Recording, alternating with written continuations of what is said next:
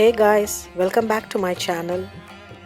The dosa in the spotlight today is Pesarattu or Moong Dal dosa, a very popular dosa variety from the Telugu cuisine.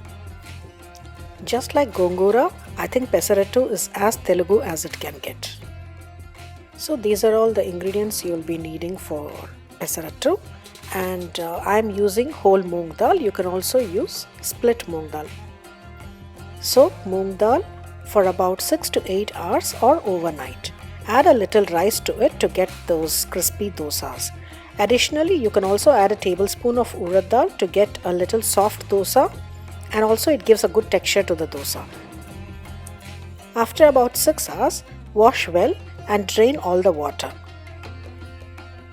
Now transfer the dal mixture to a blender and add in cumin seeds and ginger peas and some salt. In case you're not going to make the dosas immediately, so don't add the salt now, just add the salt before making the dosas. Grind to a coarse or fine paste as you desire. So coarse paste will give you thick dosas and the fine paste will give you very thin, that paper-like crispy dosas.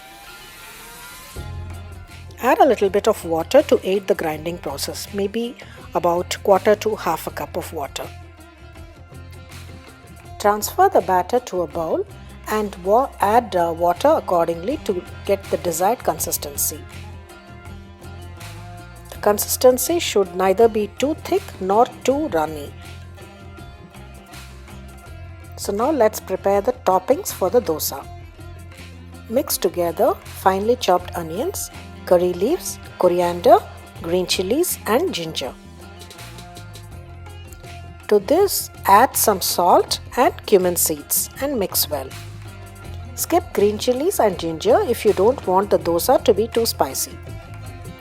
Heat a non-stick tawa, pour a ladleful of batter on the tawa in the center and spread in a circular motion in one direction.